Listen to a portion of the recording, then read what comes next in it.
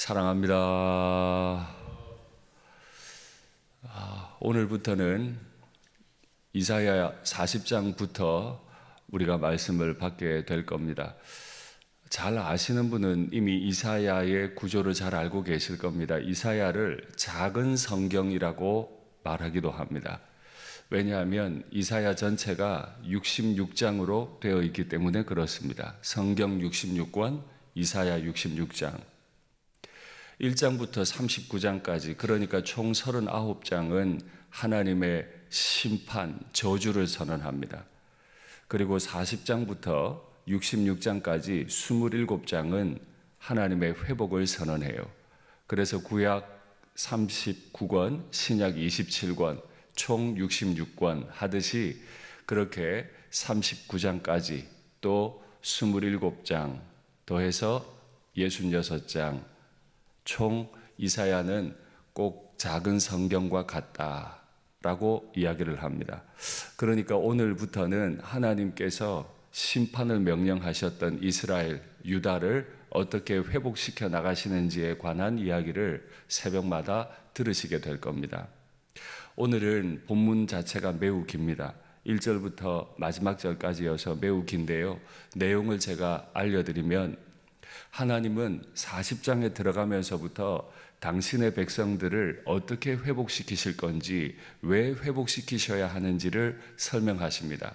가장 먼저는 바벨론에 끌려갔다가 노역의 때가 끝났다, 포로 기간이 끝났다라는 선언을 주십니다. 사실 이사야는 유다가 멸망하기 100년도 훨씬 더 전에 활동했던 사람이에요. 그런데 하나님은 이사야를 통해서 100년 후에 일어날 바벨론에 의한 멸망뿐 아니라 바벨론으로부터 돌아올 것을 예고하시는 거거든요. 그런데 하나님은 영원을 사시는 분이기 때문에 백수십 년 후에 일어날 일에 대해서도 너무너무 실감나게 기뻐하시는 거예요. 이제 너희들의 바벨론 포로기는 끝났어. 노역의 기간은 다 끝났어. 근데 거기서 멈추지 않으세요. 왜 그 기간, 포로된 기간, 심판의 기간이 끝났다고 선언할까요? 죄 사함을 받았기 때문이다. 유다가 끌려간 이유는 죄 때문입니다.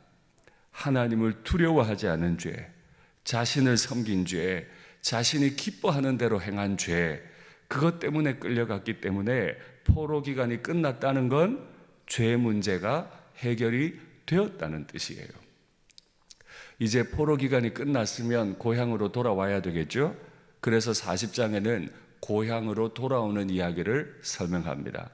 그런데요, 그 멀리 요즘 단위로 환산하면 대략 1000km를 포로로 끌려간 그곳에서부터 지금부터 2000년도 훨씬 더 전에 고국으로 돌아오는 게 쉬웠을까요? 그 길은 내내 광야길인데 돌아오는 게 쉬웠을까요? 쉽지 않았을 거예요. 그래서 하나님은 그림을 그려주세요. 내가 광야를 평지로 만들겠다. 이 평지로 만든다는 뜻은 골짜기에 깊은 골짜기를 다 메워서 평지를 만들겠다. 산이 높으면 산을 깎아서라도 내가 내 백성 돌아오는 길을 평지로 만들어주겠다. 하나님은 이럴 수 있는 분이시죠. 우리는 골짜기가 나오면 힘들어합니다.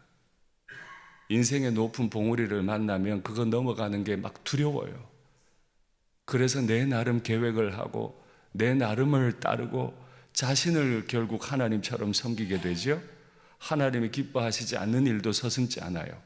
그런데 믿음의 사람은, 진짜로 하나님을 신뢰하는 사람은 골짜기를 메워버리실 하나님, 봉우리까지도 다 낮추어 버리실 하나님, 그 하나님을 믿기 때문에 이 일도 가능하다고 믿게 될 겁니다. 하나님은 이 일을 행하시는데 진짜 이런 일을 행하실 수 있는 분이 맞습니까? 예, 하나님은 진실로 이런 일을 행하실 수 있는 분이 맞습니다.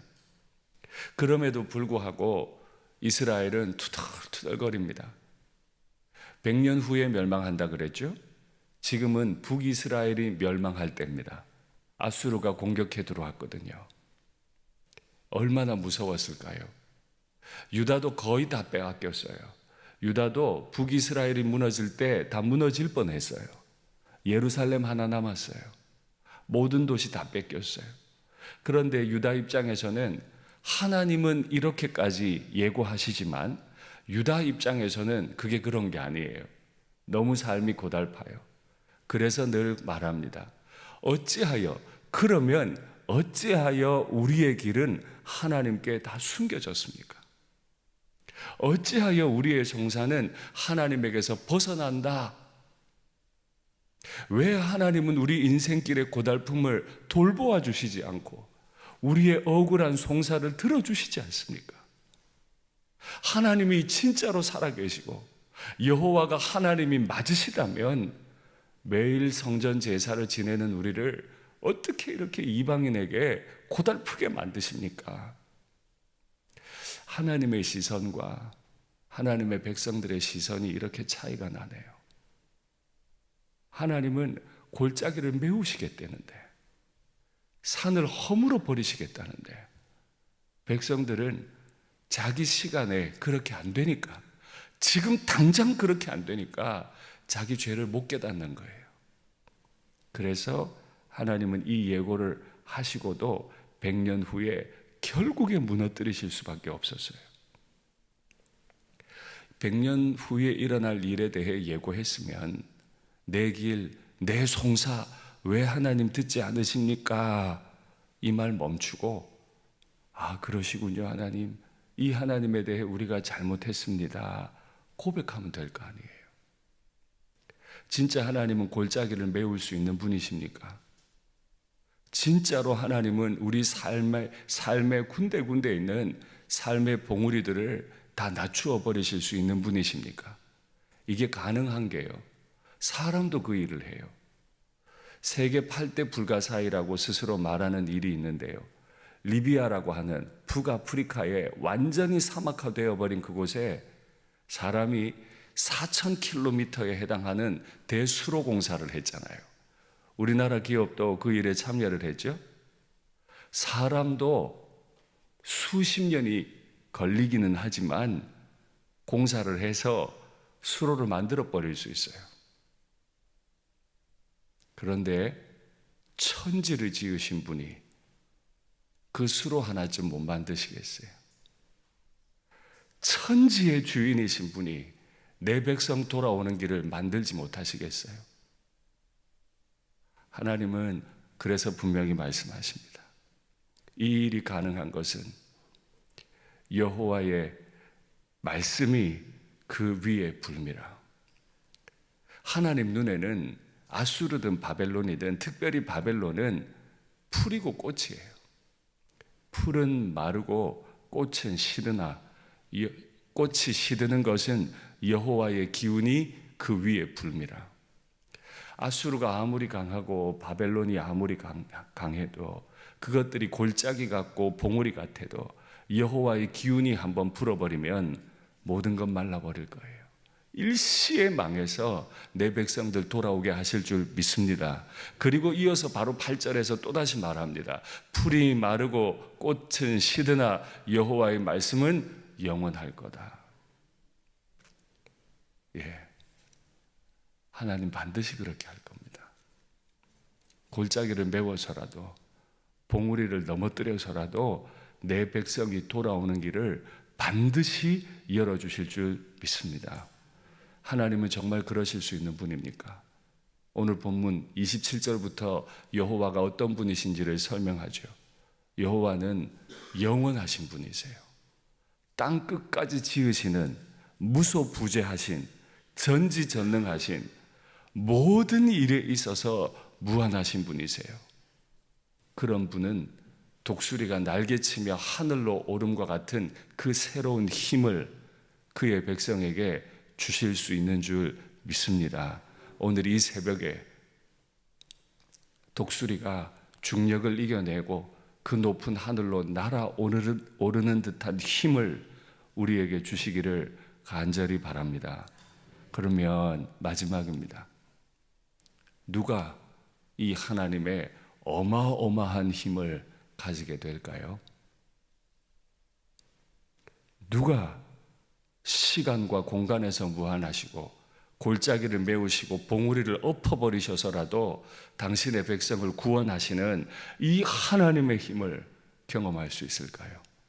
오직 여호와를 앙망하는 자는 이와 같을 것이다.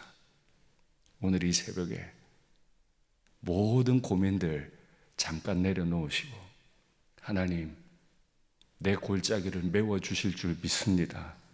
내 삶의 봉우리들을 다 쳐 부수어 주실 줄 믿습니다. 죄의 중력을 이겨내고 독수리가 하늘로 오르듯 우리가 그렇게 오르게 도와주실 줄 믿습니다. 고백하시면 좋겠습니다. 말씀을 맺겠습니다.